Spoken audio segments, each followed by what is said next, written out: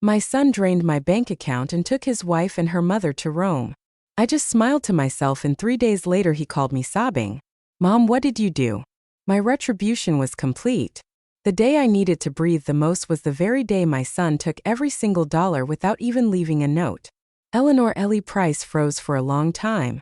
She sat on her old worn cloth armchair, the same one she bought when Jackson turned 7, using the first decent paycheck she earned cleaning homes in the Hollywood Hills.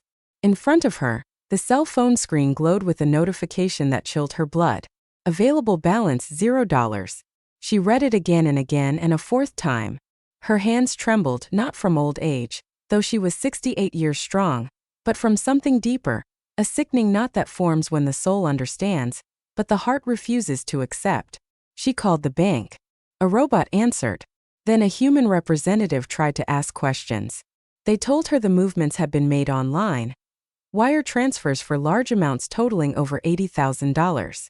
It was her entire life's work, her savings, her security, her only safety net. And where did the money go? She asked, her voice broken, as if she knew the answer, but needed to hear it from someone else. It was all transferred to an account in the name of Jackson Arthur Price.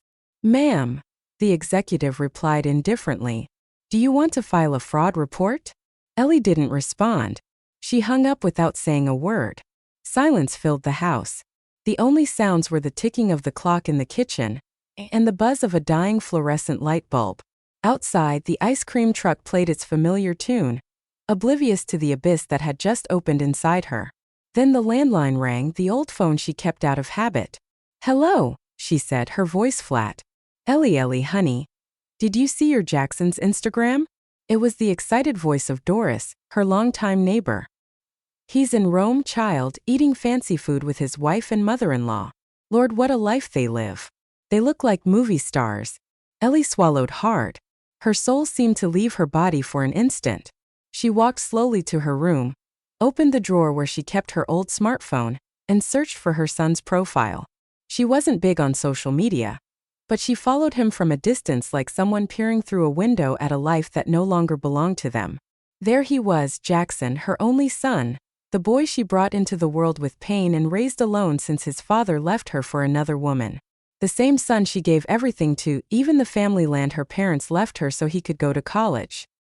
He was smiling, a glass in hand, dressed in a crisp white shirt, embracing Tanya, his wife, and Rhonda, the mother-in-law who always looked down her nose at Ellie. The photo caption read, "Rome, my new beginning. I deserve this." And in the comments Tanya had written, "Good things come to those who wait. Thanks for everything, mama-in-law." With a money emoji. Ellie didn't cry. She didn't scream or break anything. She just stood there holding the phone like a burning brick. Then, without anyone to notice, she smiled. But it was a different kind of smile, as if she finally understood something she had avoided seeing for years. Far away, under a cloudy sky and among the cobblestone streets of Rome, Jackson raised his glass without guilt. "See," Tanya said, sipping expensive wine. "It was a good idea to take the money. She's going to die soon anyway. Better we use it before it goes to medical bills." Rhonda, her mother, let out a harsh laugh. "Clueless old lady. She doesn't even know what a plane is. She was never going to do anything useful with that cash." Jackson didn't say anything. He looked at the Colosseum with shining eyes. But something was churning inside him, but he kept quiet, just as he had learned to do since he was a boy and was hungry. And his mother would tell him, "Hold on, baby. We'll have it tomorrow." The walls of Ellie's house seemed older that night. Everything was in its place, but nothing felt the same. On the shelf were photos of Jackson, small in preschool, in his first middle school uniform, the day he received his college diploma. Everything she had done, she did for him. At 18, she sold her engagement ring to pay for his high school. At 23, she gave him the family land her daddy left her. At 30, she helped with the wedding expenses, even though Tanya never cared for her. Ellie cooked for him, washed his clothes, and cleaned up after him, and he only drifted further away. "Mom, you don't understand this world," he'd say dismissively. "Things aren't done like they used to be. Tanya and I have big plans, and I'm part of those plans. You'll always be in my heart, Mama, but you can't be tied to me for life." A week before discovering the betrayal, Ellie had tried to visit Jackson at his apartment in Studio City. She brought a tray of her famous fried chicken and collard greens that she made herself. She rang the bell. No one opened the door. She waited under the sun, sitting on a bench for 2 hours until the doorman approached her. "Are you looking for Mr. Jackson Price?" "Yes, I'm his mother." "Ah, well, I was instructed not to let you in if you come unannounced." Ellie swallowed. "And why is that?" "I couldn't tell you, ma'am. But that's what they told me." She walked back home. She didn't take the metro bus. She wanted the air to hit her face, even if it was hot and dirty. She thought of every meal she denied herself, every dawn she worked overtime, every penny she saved for her son. That same night, Doris came to visit. She brought pecan pie and coffee. "You've always been strong, Ellie. Don't let this break your heart. Jackson is young. Maybe he'll come to his senses." Ellie sighed, her gaze distant. "Do you think children ever regret it, Doris?" "Yes, of course they do. When their mother isn't around, they realize everything." "Well, I hope it's not too late when he realizes." "And what are you going to do?" Ellie looked up. In her eyes was something different, something that hadn't been there before. "I'm going to smile just like they taught me." Doris frowned. "Smile? What do you mean?" "I've cried enough, Doris. Now I'm going to smile in silence because I have nothing left to lose." And when a woman has nothing left to lose, she becomes dangerous. Meanwhile, night was falling in Rome. Jackson was stepping out of the shower when he heard Tanya's voice on the balcony speaking on the phone. "Yes, we did it. The old lady never even knew. The money's here. Tomorrow we open the account in Spain and we get rid of Jackson." "Yes, of course. He thinks we're in this together." Such a fool. Jackson stopped. He didn't move. He felt the water freeze on his skin. He didn't say anything. He went back to the room as if he hadn't heard a thing. He lay down next to Tanya, who pretended to be asleep. He closed his eyes, but something had changed, and he didn't know yet that the worst was coming. Back in South Central Los Angeles, Ellie was preparing a cup of chamomile tea. The night was thick. The streetlights flickered. Outside, dogs fought over a trash bag. Inside, she picked up her notebook, the one she used to jot down recipes she never got to cook. She wrote something with her shaky handwriting. "This is not the end. It is the beginning of my silence, and my silence will hurt more than any scream." Then she closed the notebook, lay down in bed, and for the first time in a long time she slept without tears. And while she slept in her humble home, her son in a hotel suite in Rome checked his phone. He found a bank notification. "Account blocked due to suspicious activity." "What?" he muttered, staring at the screen. The first crack had just formed, and Jackson didn't know that his mother, in silence, had already begun to move. Sometimes pain doesn't scream. Sometimes pain sits, observes, and waits for the right moment. And that moment was just beginning. The night hadn't entirely left South Central. There was still that sticky humidity between the tin roofs and the broken sidewalks. Ellie got up at dawn, her bones creaking as they did every day. But this time she didn't feel old. Something new was beating inside her. It wasn't rage or sadness. It was a determination her soul had never known before. While heating water on the gas stove, she stared at the blue flame. The whistle of the steam took her back many years to the first day she knew what it was like to be alone. She was 14 when she started cleaning houses in the Brentwood neighborhood. A girl with badly braided hair, dark skin, and hands cracked by cheap soap. By that age, she knew the names of all the stain removers and how to fold a boss's shirts without wrinkling them. At night, when she returned home, her mother no longer waited up for her. She was already asleep. Her absent father had left with a woman from a bar. Ellie didn't cry, she just swallowed and the next day woke up before the rooster crowed to go back to work. At 17, she got pregnant with Jackson. His father was a boy 3 years older than her. He promised they would marry, that he would get her out of that life. They lasted 8 months. The day he found out the baby was a boy, he disappeared. He left with a woman who sold cosmetics and never returned. Ellie didn't cry. She just clenched her jaw, adjusted her scarf, and went out to look for more houses to clean. She raised Jackson alone, carrying him on her back while she washed other people's clothes. When he started walking, she taught him to play with detergent caps as if they were toy cars. They had no toys, but they had stories. No refrigerator, but they had hot soup. No television, but they had songs she sang to him until he fell asleep. He was her whole world. When Jackson turned 6, one of Ellie's clients offered to pay for his elementary school tuition at a private school if she agreed to work full-time and live in. Ellie didn't think twice. She left her house, lived on the patron's rooftop apartment, and every weekend she crossed the city to see her son. She never arrived empty-handed.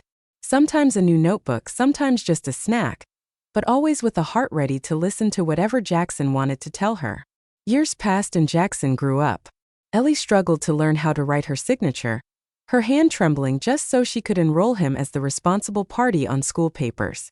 She learned to read doctors' prescriptions and then bank statements. She couldn't write well, but she understood enough not to let herself be pushed around, or so she thought. At 16, Jackson told her, "Mom, when I make it big, the first thing I'll do is buy you a house where the cold doesn't seep through the walls." And she replied without hesitation, "Don't buy me anything, son. Just don't forget me." Then came college. Ellie sold the only land her father left her, a patch of earth in rural Georgia, where she had always dreamed of building a small cabin. She sold it for less than it was worth because Jackson needed to pay the enrollment fee. And as always, she didn't hesitate. "My son is going to be an accountant," she proudly told her neighbors. "He's going to get out of this life." And he did get out, but not as she imagined.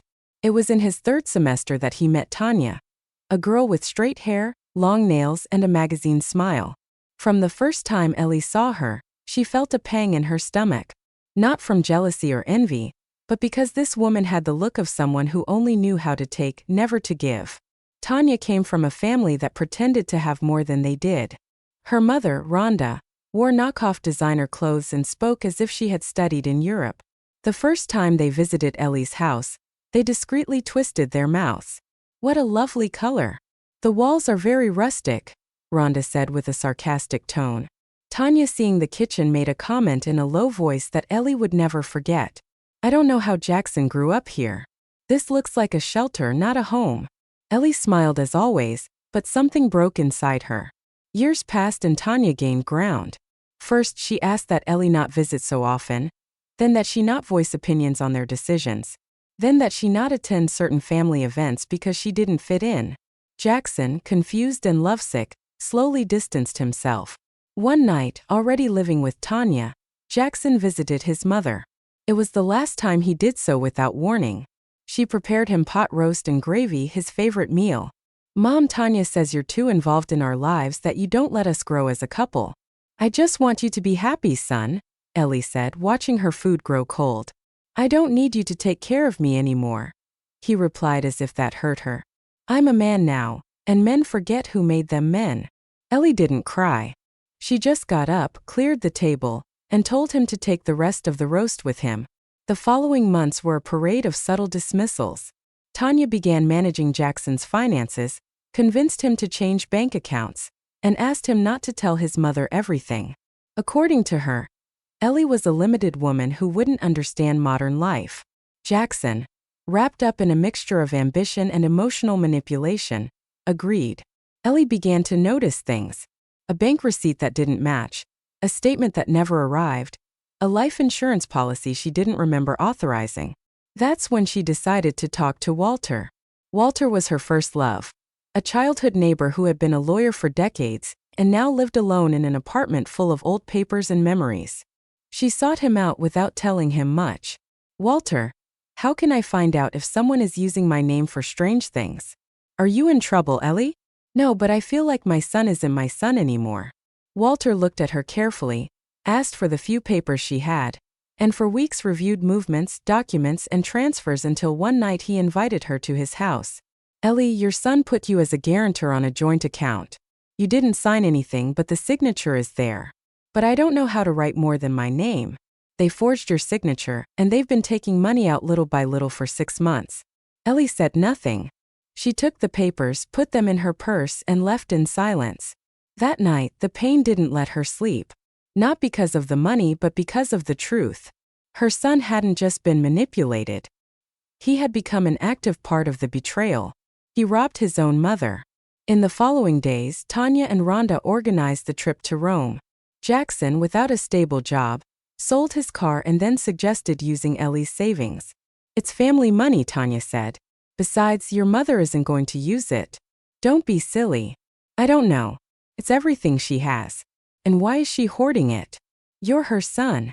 You're not stealing it. You're just borrowing it early. Jackson hesitated. But he did it. One night from his home computer, he transferred all the money. He did it quickly without much thought, like someone wanting to pull out a tooth without anesthesia. He finished, took a deep breath, closed the laptop and didn't look back. Ellie discovered the betrayal the next day. She didn't cry. She didn't scream. She just wrote a sentence in her notebook. My son didn't die, but the mother in me did. From then on, everything changed. Her body kept aging, but her spirit hardened. She began to walk differently, her back straighter. She started making calls, checking emails, visiting offices. Something was being prepared. While in Rome, Jackson walked the stone streets, believing he had won something. In South Central Los Angeles, his mother was weaving the web that would return everything they had taken from her. And Tanya was already planning how to disappear without a trace. What Jackson didn't know was that Ellie was no longer the woman he remembered. That woman had died. In her place remained a wounded mother, but an alert one. And when a wounded mother awakens, there is no hell she is unwilling to cross. The betrayal no longer hurt. What hurt was the certainty of having been invisible, of having been used, of having been erased as if she had never mattered. But Ellie was not willing to disappear in silence. Because what mothers keep quiet about can also kill. Ellie said nothing. Not that time, nor the next, nor the one after. Her silence was no longer the kind that bleeds inside. It was a sharp silence, one that observes, registers, and calculates. The words dried up in her throat as if they no longer made sense. Because when a mother understands that she has been replaced by a mask, she no longer screams. She transforms. Jackson didn't notice the difference, or he didn't want to notice it. He was too busy living the life he had dreamed of. A life that didn't smell like fresh laundry or coffee. A life where the voice that woke him up didn't say my baby boy. But sir, a clean, elegant and empty life. Tanya settled into his world as if she had always been its owner. And he, enchanted, let her. He was fascinated by how she spoke with words Ellie never used. How she walked gracefully in high heels. How she referred to things as if everything belonged to her. But behind her easy laugh and filtered photos was a subtle, cruel and precise machine. Tanya knew what she wanted, and she wanted it fast. A name, a surname, an account, and a man who could sustain her facade. The first comments came disguised as jokes. Honey, why does your mother always have to have an opinion on everything? I don't want our child to grow up surrounded by poverty-level thinking, she said while doing her nails in the living room. Jackson let out an uncomfortable laugh. It's not that she wants to have an opinion. It's just hard for her to let go of control.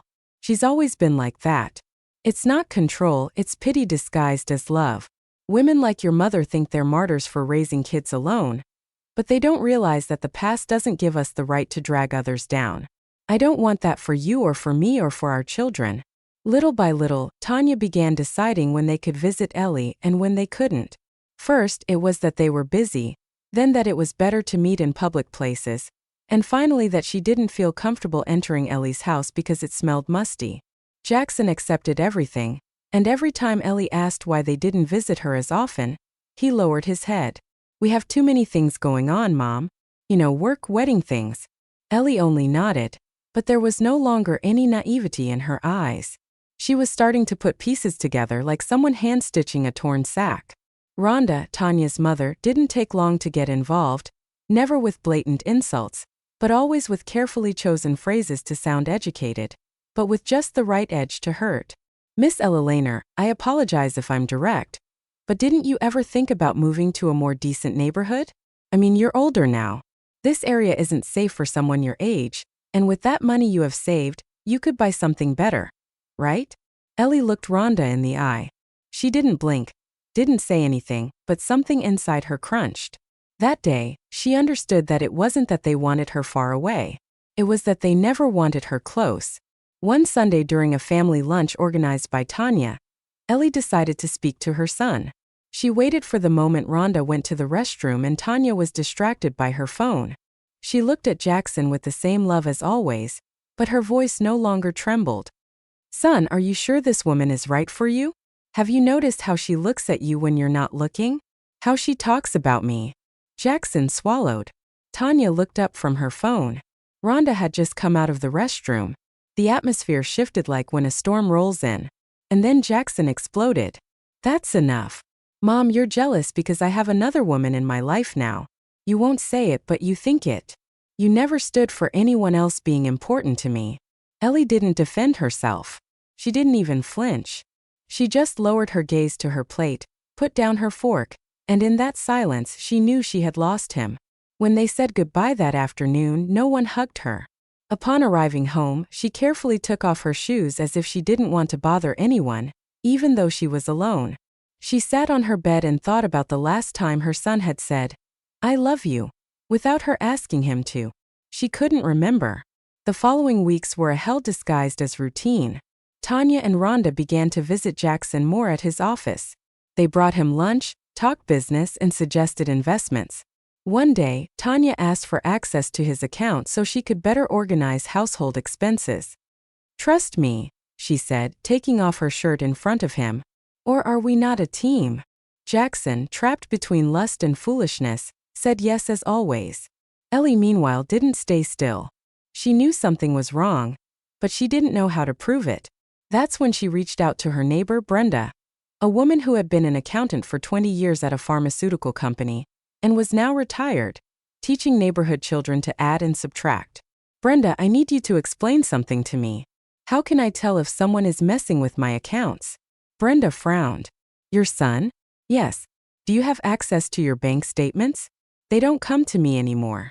"And transfers?" "I've never made one. I don't even know how to do that."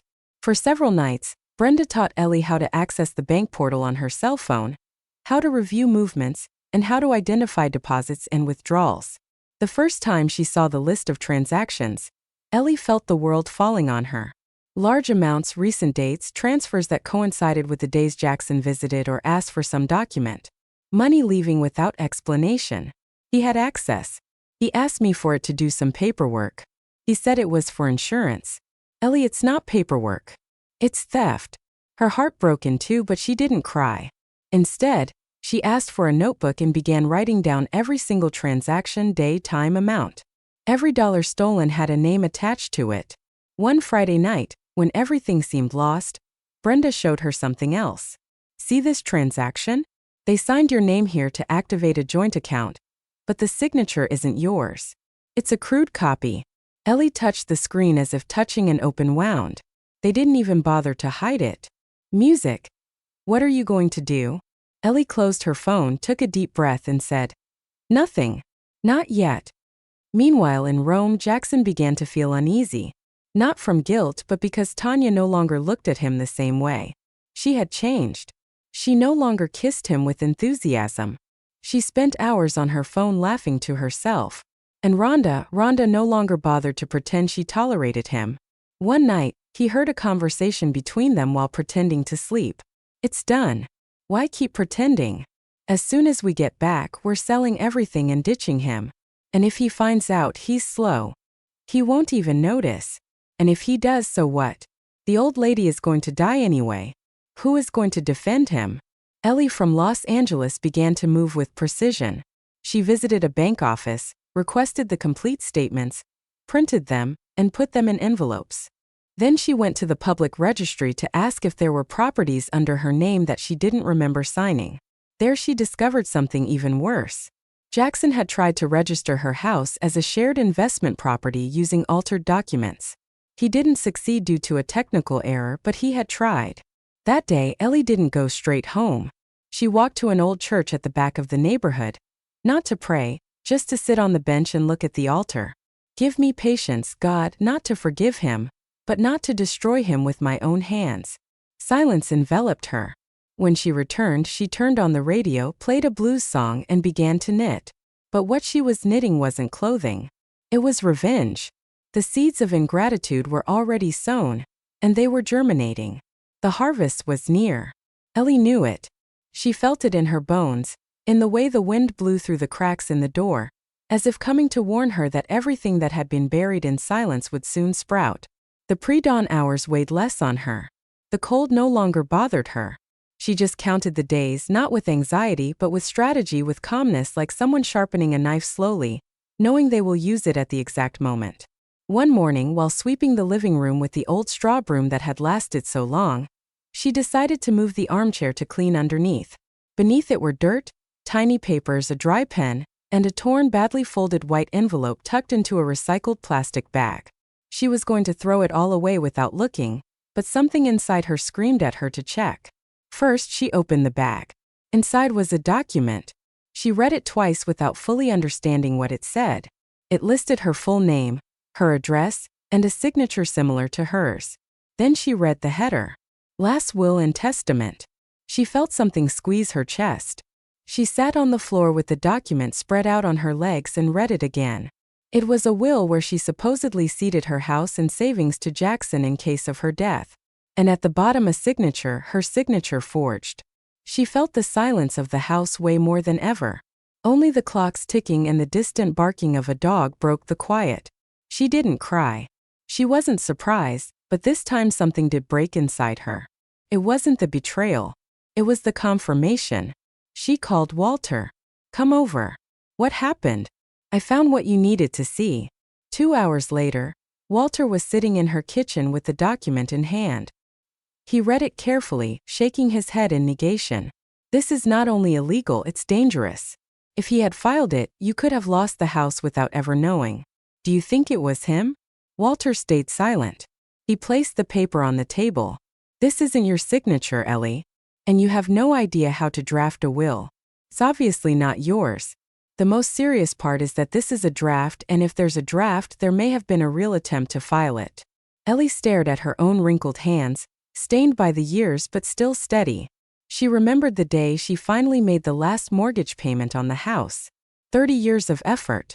Reheated meals, broken shoes, working in the hottest days, cleaning up other people's messes, enduring bosses' shouts, all to have something of her own, something no one could take away.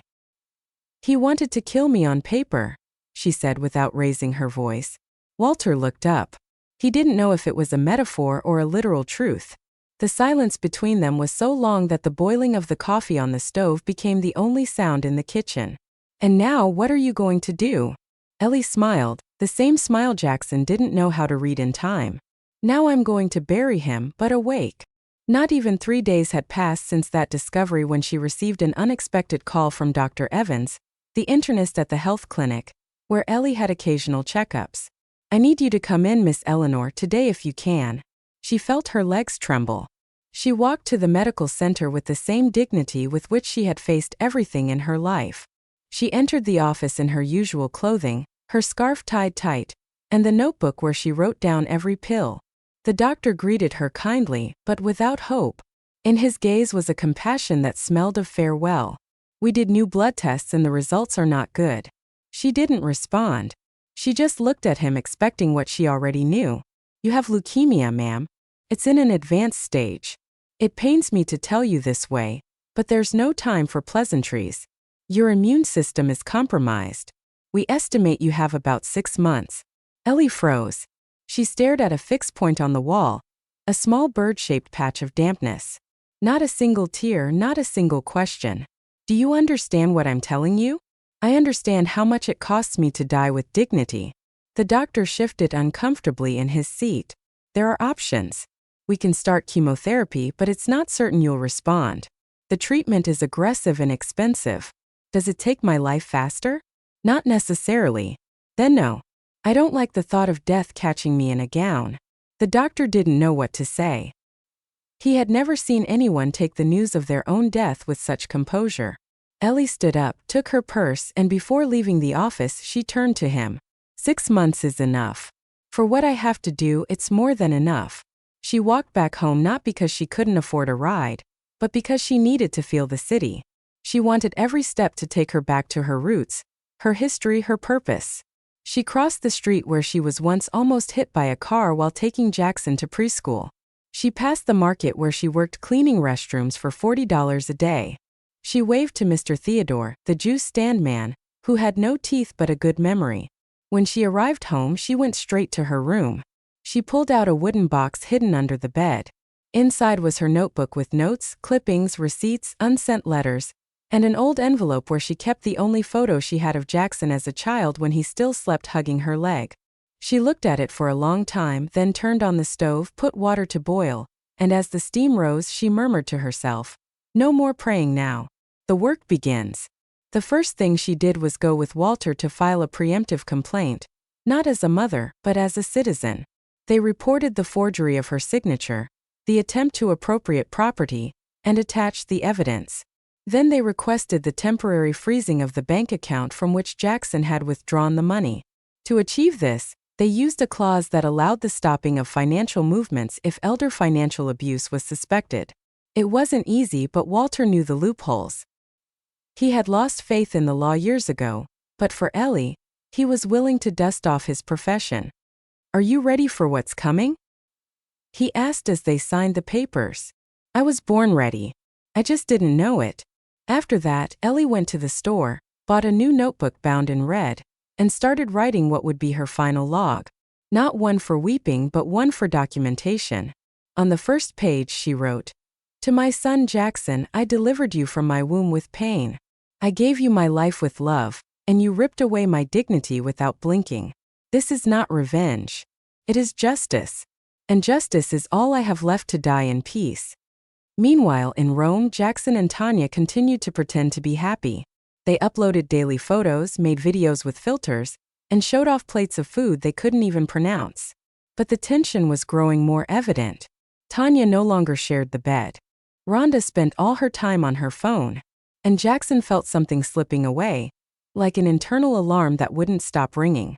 One night, while searching his email for a flight confirmation, he found a hidden folder. It was an automatic backup of Tanya's messages with another person. At first he thought it was spam, but when he opened it he read what he shouldn't have. "Tanya, we almost have everything. The idiot doesn't suspect a thing. Contact in the account. Tanya done. As soon as we get back, we're leaving him. Contact. What if he finds out? Tanya, I don't care. Let him rot. I'm not staying with someone who smells like a traumatized single mom." Jackson felt his stomach drop. He closed the computer, said nothing, and pretended to sleep. But he couldn't close his eyes that night. And for the first time in a long time he thought of his mother, of her voice, of the way she called him my little boy even when he was taller than her, of her rice pudding, of how she laughed at old black and white sitcoms, of how she touched his forehead when he was sick, and of how she used to tell him, "Nobody will ever care for you like I do." He wanted to call her, but he didn't. Ellie, for her part, expected nothing. There was no longer any tenderness in her waiting, only planning. She visited offices, made calls, and activated the immigration clause. She declared Jackson's transactions as suspicious. The system was slow, but it activated. An international alert was issued for his return to the United States. They wouldn't put him in jail, but they would make him accountable.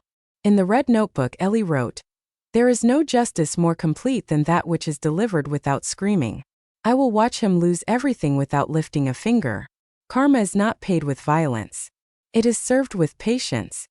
And so the second betrayal didn't break her. It converted her into something stronger, colder, freer. The mother died in her, but the woman awoke. It was only a matter of days until Jackson returned to the U.S., and he had no idea of the earthquake that was waiting for him. Jackson believed that hell was a place with fire, punishment, and screams. He didn't imagine it could be as cold as the cobblestone streets of Rome, or as humiliating as a card being declined in a restaurant full of tourists. It all started with a denial at the payment terminal, then another and another. In less than 48 hours, he found himself empty-handed. No cash, no active accounts, and with two women looking at him as if he were a beggar they had just picked up off the street. Tanya yelled at him in the middle of the street in front of dozens of people who stopped to stare. "You shameless idiot. What did you do with the money? I told you not to trust your poverty-stricken mommy. Now you've screwed us all." Jackson tried to speak, but there weren't enough words to explain what he didn't even understand. He only knew something was wrong, that the accounts were frozen, that his name had been linked to an international financial fraud investigation, and that he had to report to the American embassy the next day. That night, Rhonda looked at him with a mixture of contempt and annoyance. "I warned you, Tanya. This poor boy isn't even good for washing dishes. I'm going to a hostel. I'm not sleeping in this dump. Tanya followed her. Not a word, not a goodbye. Jackson stayed in the hotel room alone with a half-empty suitcase and the buzz of betrayal echoing in his ears. Meanwhile, in Los Angeles, Ellie was weaving the last threads of her plan like a winter blanket. Everything fit. Every movement made sense.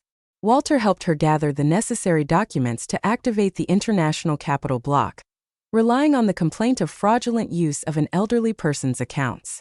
He contacted an old acquaintance of Walter's, Mr. Ernest, a federal agent in the IRS Criminal Investigation Division, and managed to activate an alert for illicit fund withdrawal, which implied a mandatory review upon Jackson's entry into U.S. territory. It wasn't revenge. There was no hate. There was justice. In her red notebook, she wrote, "Sometimes a mother's love also has to hurt, not out of hate, but for a lesson, because what is allowed is repeated, and what is repeated rots. I didn't give birth to a thief, but the world turned him into one. And if I have to be the one to put the brakes on him, so be it." Brenda accompanied her in silence through many of those procedures. She was no longer just her neighbor. She had become her accomplice. Doesn't it hurt, Ellie? Of course it hurts. It hurts like tearing off my own skin. But there are pains that heal. The meeting at the embassy was a spectacle of shame for Jackson. They made him go into a cold, windowless room with a young lawyer and a translator who spoke in a mechanical tone. They explained that there was an active complaint in the U.S., that the funds had been frozen by a preemptive order, and that he had to account for them upon his return. Jackson left with a defeated face. He felt everything crumbling. He thought of his mother. For the first time in a long time, he thought of her voice, her look, and he knew that all of this came from her. And then, like a lost child, he dialed her number. "Mom," he said as soon as she answered. On the other end of the phone, Ellie was in her kitchen cleaning black-eyed peas with the old strainer as if nothing unusual were happening. She recognized the voice immediately. Her hand trembled, but not enough to drop the phone. "Mom, what did you do? They took everything from me. I'm alone." "Tanya left. Rhonda too. They say you did this." Ellie stayed silent, took a deep breath and then replied with a serene, firm voice, as if speaking from a place Jackson could no longer access. "I didn't take anything from you, son. I just stopped what you were taking from me. Mom, they want to arrest me. You said you would always be there for me. I was until you stopped being there for yourself. Please help me. I don't know what to do. Learn." She hung up. She gave him nothing more. No tears, no apologies, no explanations. It was the first time she allowed herself to think that her son needed to suffer to understand, because sometimes pain teaches more than love. That night, Ellie didn't sleep, not out of anguish, but because she sat down to write him a letter. It wasn't a farewell. It was an emotional testament, a letter she would leave in the red notebook on the last page. It was for him, for when he returned. "My dearest Jackson, you were my reason for getting up every morning. You were my fight, my strength, my pride. I gave you what I had and what I didn't. I denied myself food, rest, and company for you. And I don't regret it. I did it with love. But you forgot who you were. You surrounded yourself with ghosts and expensive perfume. And in their eagerness to kill me while I was alive, they forced me to wake up. I don't hate you. I couldn't. But I am no longer the woman who waits in silence for her son to remember her. Now I am the one who teaches you even if it hurts. And if you ever truly repent, this letter will be here. Not to save you, but so you can't say no one warned you." At the end of the letter, she drew a small heart. It was the sweetest thing she had left. Jackson wandered the streets of Rome aimlessly. He slept in cheap host. Sometimes he ate, sometimes he didn't. He had no one to call. Neither Tanya nor Rhonda answered. And he knew that his return to the U.S. wouldn't be a landing. It would be a crash. Finally, he took a return flight, scared, ashamed, with cold in his bones. He knew they were waiting for him. Not with hugs, but with outstanding debts. Ellie, for her part, was ready. Her health was deteriorating, but her soul was clearer than ever. She had shaved her head before the chemo could take her hair. She did it in her bathroom with sewing scissors. She looked in the mirror and said, "Now I look like who I am." Walter accompanied her to her last doctor's appointment. The doctor confirmed that the cancer was advancing rapidly. She nodded. "You know," she said, I was never afraid to die. What hurt me was not being able to leave in peace. But now I know I will leave with everything settled. That night in her bed alone, Ellie felt a sharp pain in her chest. She doubled over, but she didn't call anyone. She just hugged herself, murmuring her son's name, not as a complaint but as a farewell. The silence of the storm was just that, the exact moment before the collapse, the fignet calm that precedes the inevitable. But Ellie didn't fear the end because she had done what she had to do. And Jackson was about to face the debris of the life he himself destroyed. When the plane landed in the U.S., Ellie felt no emotion. She wasn't surprised by the captain's welcome, or the strange language mixed with the airport announcements. She didn't care about the glass ceilings or the foreign faces. She hadn't traveled to admire anything. She had traveled to close a cycle, not as a mother but as a witness. At almost 70 years old, her body was trembling, yes, but not with fear. The physical pain was already part of the scenery. What sustained her was purpose. She had sold a few things to pay for that ticket. The blender, the large mirror in the living room, and a ring she kept since Jackson was a child. She didn't regret it. The cost was insignificant compared to the emotional freedom she sought. At the airport, Walter was waiting for her. He had arrived a day earlier to prepare everything. He had pulled strings, processed the permits, and arranged for Ellie to be present at the embassy when Jackson testified. It wasn't legally required, but the consular official was an old friend and also the son of a single mother. He understood the request without needing too many explanations. When he saw her arrive, Walter took off his hat. "You don't look like a woman who is about to face her son. And you don't look like a retired lawyer," Ellie replied without looking directly at him. "Are you sure about this?" "I'm alive. That's enough." They walked to the car. During the ride, Walter tried to ease the tension with a few anecdotes, but Ellie didn't engage. She wasn't there to converse. She had one last task. In her purse, she carried a thick yellow envelope with items that weren't of material value, but held eternal weight. Meanwhile, in a hotel room on the other side of the city, Jackson stood in front of the mirror. His eyes were sunken, his beard was messy, and his expression swung between exhaustion and panic. He was going to present himself at the American embassy to sign an official declaration that would separate him from the joint accounts with his mother. But he also knew that by doing so, he would admit he had managed those accounts with false documentation. In exchange, the embassy had agreed not to arrest him, but to register him on an economic watch list, and his return to the U.S. would be conditional. He would have to present himself before a financial authority upon stepping on American soil. When he went down to the hotel lobby, he saw Tanya waiting for him. She wore dark sunglasses and a red coat that looked borrowed. Her face didn't reflect love or resentment, only convenience. "You're late," Tanya said with annoyance. "I didn't know you were coming. You also didn't know you were so useless. And here we are. What do you want?" "To see you fall." Jackson clenched his fists. What she said no longer hurt him. What hurt was having allowed himself to be molded by a woman who considered him disposable. Upon arriving at the embassy, the officials led them into a white, silent waiting room with metal chairs.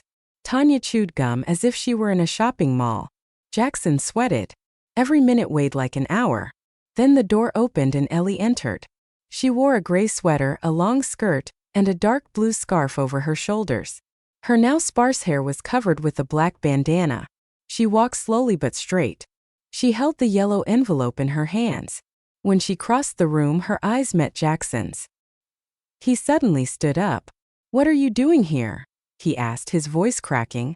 "I came to watch you sign, not as a mother, as a witness." Tanya let out a harsh laugh. "How sweet."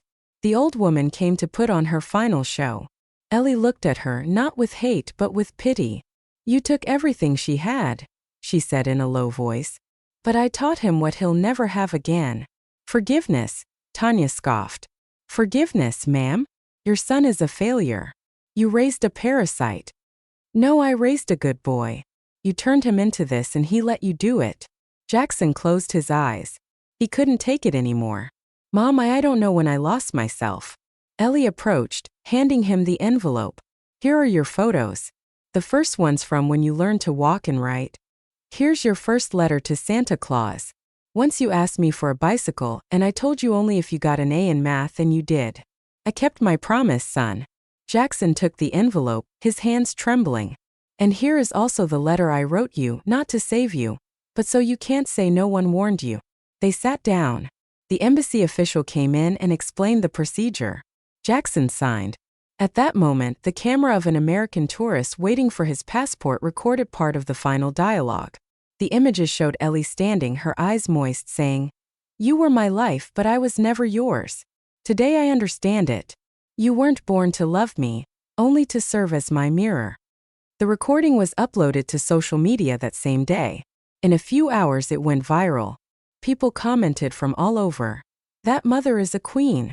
That's how you teach a lesson without violence. Dignity doesn't age." Jackson couldn't lift his head. The official looked at him with compassion. "All done. You can go. Your mother too." Tanya had already left. She didn't wait for anyone. She stormed off just as she had arrived, without apology, without a soul. On the way back to the hotel, Ellie and Jackson walked in silence down a narrow street in Rome. On a corner she stopped. "This is where we part ways." "Mom," he tried to say, but his voice broke. "I gave you everything I had, even my silence. Now I give you the only thing you refuse to accept, the truth. Will you forgive me?" "I already forgave you. The problem is that you haven't forgiven yourself yet." "Can I do anything?" "Yes. Live with what you did and make it count for something." Ellie turned and walked away slowly. She never saw him again. That night, Jackson opened the envelope in his room. The photos were yellow but intact. The letter written in blue ink smelled of lavender.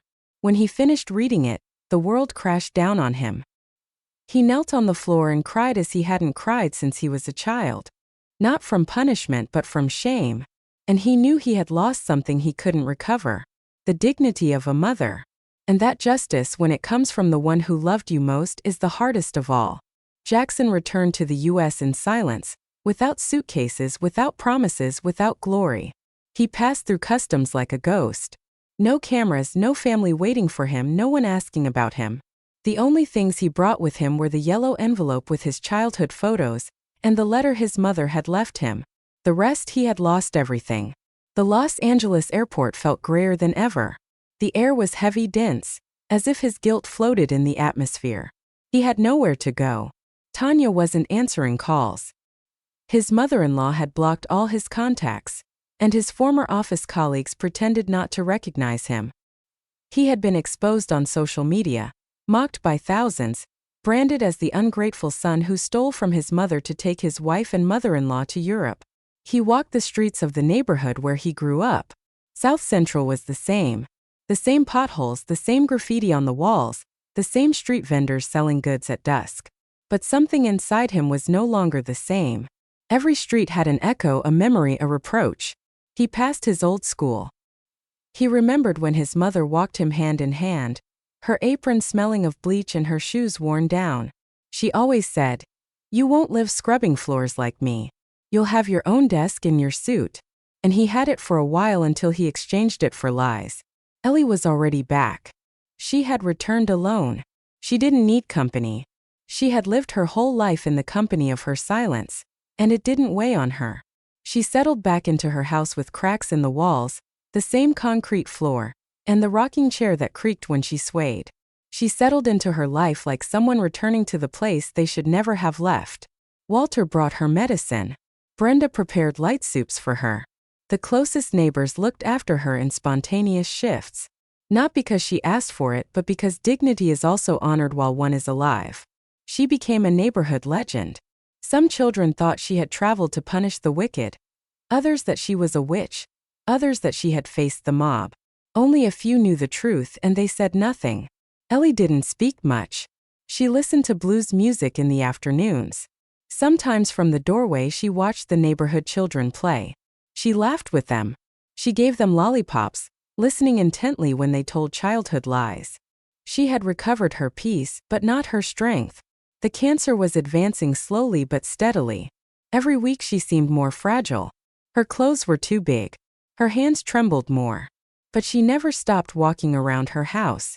She never let herself fall. One Sunday morning Jackson walked to the door. He carried a bag with donuts. He had spent the whole night wondering if he should go. He hadn't slept or eaten, but something inside him demanded it. He didn't expect her to open the door. He just wanted to see her, to see if she was still breathing. From the opposite sidewalk, he saw her sitting in her rocking chair. She wore an old sweater and a shawl draped over her shoulders. Her face was thin but not defeated. She smiled at some children playing nearby. One of them brought her a flower picked from the park and she hugged him as if he were her own blood. Jackson didn't cross the street. He just watched her. He felt a knot in his throat, walked slowly, left the bag of donuts on the porch and left. Ellie didn't look up, but she felt him. She didn't open the door. Not that day. Over the following weeks, Jackson returned, always at the same time. He left something. Flowers, pastries, a note without a name. He never dared to knock. He never asked to enter. He had no right. He was just paying without knowing if the debt would ever end.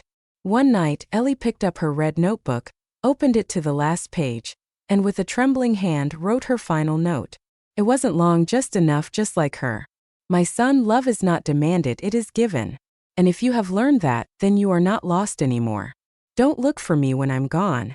I will be in every mistake you choose not to repeat. In every act of kindness you do without expecting anything in return. If you want to forgive yourself, start with others. And if you ever manage to see your mother in the eyes of another woman, don't fail her. That will be my redemption. She signed with her full name. She folded the letter, put it in an envelope and wrote in black ink, "For Jackson." The morning she stopped breathing was bright. The sun streamed through the windows. On her lap were the red notebook, the envelope, and a blanket knitted by her own hands. The neighbors found her surrounded by flowers that the children had left. Her face held a serenity that few can fake. There was no drama, no screaming, only the calm after the storm. Walter arrived first. He looked at her in silence, gently closed her eyes. He didn't cry. He knew she didn't want tears. He knew she had died as she lived with dignity. Brenda prepared the wake with the help of the neighbors. It was humble but full of love. They didn't accept elaborate wreaths, only flowers from the park, children's drawings, and the songs she loved to listen to. Jackson wasn't notified, but he knew. He knew the moment the wind changed and something in his chest went out. He ran to the house, saw the open door and walked in slowly. There were candles in the living room. No one stopped him. No one hugged him. He went to his mother's body. He knelt down. He touched her hands. They were cold. Next to her, he found the envelope with his name. He opened it. He read every word aloud alone in a whisper. He cried, but not like before. He cried in silence like her. In a corner of the room was an open wooden box. Inside, a photo of him as a child with a handwritten note on the back. "I still believe in you, son." Jackson took the photo, pressed it against his chest, then went out to the yard and sat in the chair where she used to sit. He looked up at the sky and understood that he had lost his mother, but perhaps he could still find himself. Days later, the neighbor said that the man who came with donuts stayed living in the house. He had no new furniture or luxuries, no visitors, only an old chair, a red notebook, and a photo on the shelf. Those who leave make space. Those who stay sometimes fill it with memory and sometimes with redemption. Did you like the story? And which city are you listening from? Let's meet in the comments. If you like the story, you can support me by sending a super thanks so I can keep bringing more stories like this. Thank you so much for your sweet support.